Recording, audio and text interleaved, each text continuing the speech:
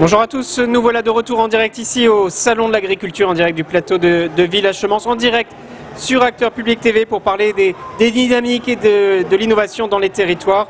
La parole pour démarrer nos échanges, la parole à la science, la parole aux chercheurs, la parole à l'Académie d'Agriculture de France. Bonjour Constant Lecoeur. Bonjour. Secrétaire perpétuel de l'Académie d'Agriculture. À vos côtés, Jean-François Colomer. Bonjour à tous. Académicien, ancien président de l'Académie, c'est bien ça. Anne-Marie Attenberger, bonjour. Merci beaucoup d'être là. À vos côtés, Jean-Claude Pernollet. Bonjour. 4 académiciens, on est très heureux de vous avoir. Je me tourne vers vous, monsieur le secrétaire perpétuel de l'Académie. Un mot sur votre organisation créée en 1761, c'est bien ça? Voilà, exactement. C'est le régent qui a voulu créer auprès de la Régence un conseil. Et ce conseil est devenu société royale, société impériale, et ensuite, bien sûr, avec tous les changements, devenu Académie de l'Agriculture de France, et sous la protection non plus d'un roi, mais du président de la République. Et vous êtes là 2 siècles et demi plus tard, Jean-François Colomer, pour réfléchir, pour expliquer et pour éclairer. C'est ça vos missions. Jean-François Colomer. Oui, écoutez, dès la création de l'Académie, les statuts ont prévu qu'on devait éclairer l'opinion publique. Et donc, pendant tout un temps, ça s'est passé au travers de voyages d'études d'académiciens, au travers d'articles, enfin, sur papier, au travers de toute autre communication. Et puis, depuis quelque temps, nous sommes passés à la vitesse supérieure, en utilisant les réseaux sociaux. Et donc, nous avons monté un site très performant que je vous invite à consulter, et puis en utilisant Twitter, Facebook et toutes les autres technologies possibles. Vous êtes présent sur les réseaux sociaux parce que les enjeux sont d'importance. Anne-Marie Attenberger, la science, les chercheurs sont nécessaires pour accompagner, pour éclairer les décideurs publics. Hier, vous avez d'ailleurs remis des prix à des jeunes chercheurs qui font avancer les choses. Oui, nous sommes très attachés à cette mission transgénérationnelle qui nous permet d'avoir effectivement accès à la science la plus innovante, la plus originale et la plus compétente. Donc chaque année, nous livrons une dizaine de thèses, d'une dizaine de médailles sur des thèses qui sont effectivement sélectionnées par nous-mêmes. Voilà, donc on est très près de ces jeunes pour valoriser leurs travaux sur le site, qui est repris également par le journal informatique de l'Académie, et on est très près de ce qui se fait en matière de recherche. C'est un énorme échange entre les académiciens et les jeunes chercheurs. Et Acteur Public va donner la parole à Fabien Esculier, qu'on a eu, qui va intervenir dans nos colonnes et qui a eu un prix, c'est bien ça. À vos côtés, Jean-Claude Pernollet, on constate, et la question vaut évidemment pour vous tous, on constate l'intervention de décideurs publics d'un côté, et puis des chercheurs, et les passerelles ne se font pas toujours. C'est le job, si je puis dire, de l'Académie que de favoriser justement la rencontre, l'échange entre décideurs et chercheurs. Alors effectivement, ces rencontres se font d'abord chaque semaine dans des séances qui sont ouvertes au public et qui ont lieu rue de Bellechasse à Paris. Et indépendamment de ça, il y a des publications qui sont regroupées pour la plupart dans le cadre de ce que nous appelons une encyclopédie, qui est constituée de plusieurs facettes.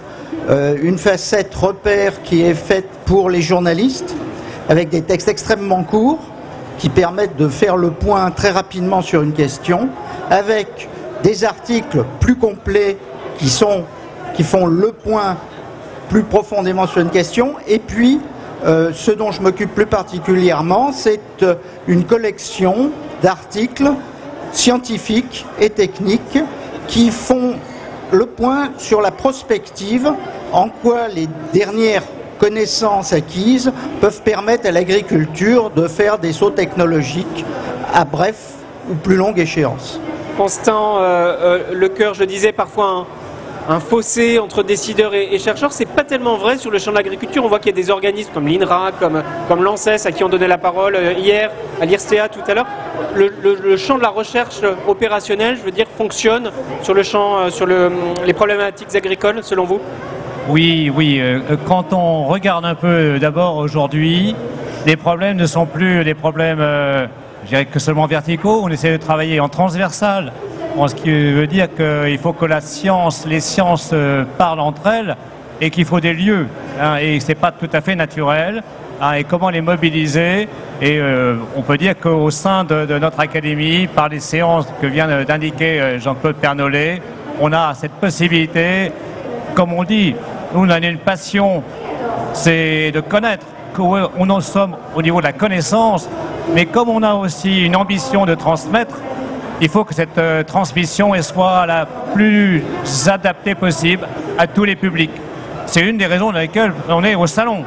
Hein, si nous sommes au salon, c'est qu'on sait que le grand public est là, on sait que les représentants politiques sont là, on sait que les organisations professionnelles sont là, et on sait que la presse est là. C'est le lieu pour exprimer tout ça. On voit, peut-être une réaction, on voit aujourd'hui que la parole publique est parfois contestée et mise en cause. Ça veut dire, Jean-François Colomer, que ce travail scientifique, d'analyse, d'évaluation est peut-être encore plus indispensable aujourd'hui, justement pour accompagner la décision publique? Oui, il est tout à fait nécessaire parce qu'on s'aperçoit qu'avec, justement, je parlais des réseaux sociaux tout à l'heure, il y a énormément de fake news qui sont diffusées. Et notre rôle aussi à l'Académie est de remettre les choses en place et de dire la vérité.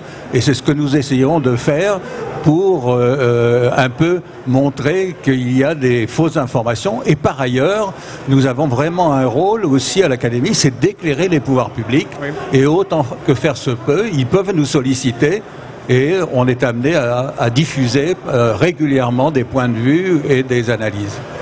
Anne-Marie Attenberger, j'aime beaucoup ce que vous faites, ou le travail de vos chercheurs. Donc, j'évoque Fabien Esculier, donc, qui a eu un prix hier, ingénieur du corps des ponts, des eaux et des forêts, docteur en sciences et techniques de l'environnement. Je lui ai demandé de résumer sa thèse en quelques minutes. Il l'a fait de manière très dynamique et très compréhensible. Voilà, les chercheurs sont accessibles. Oui, il faut leur donner la parole. Voilà, les chercheurs, nous avons en moyenne par an une 50aine de thèses qui arrivent à l'Académie et qui sont analysées par les académiciens référents dans chacun de leur domaine.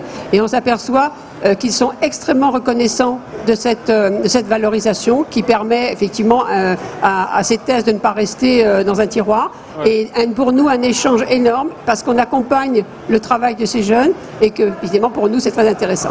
Jean-Claude Pernollet, en prolongement, oui, il faut aller là-dedans, il faut que les doctorants leur donnent de la lumière, les mettre aussi dans le débat public. Alors oui, la question c'est effectivement de pouvoir ouvrir les jeunes esprits de façon à ce qu'ils puissent mieux se placer leur propre réflexion dans un cadre plus vaste qui est celui des productions agricoles et alimentaires et de l'environnement, puisque l'Académie se préoccupe notamment des aspects environnementaux. Plus largement, oui. Alors le temps passe à toute allure et c'est un point de départ. Un acteur public continuera à vous donner la parole. Peut-être le mot de la fin, Constant Lecoeur, secrétaire général de l'Académie d'agriculture de France. 1761, on est aujourd'hui en 2019, vous êtes résolument moderne et dans l'air du temps, si je puis dire. Alors je vais rappeler ce que m'avait dit un de mes professeurs d'économie à l'époque où on était un peu contestataire. On était recrutés en 68 en école et on n'était pas toujours bienveillant avec nos enseignants. Et à la fin, quand on avait dit ce qu'on pensait de la formation, ils nous avaient dit « Écoutez, je vous forme pour être des acteurs du changement ».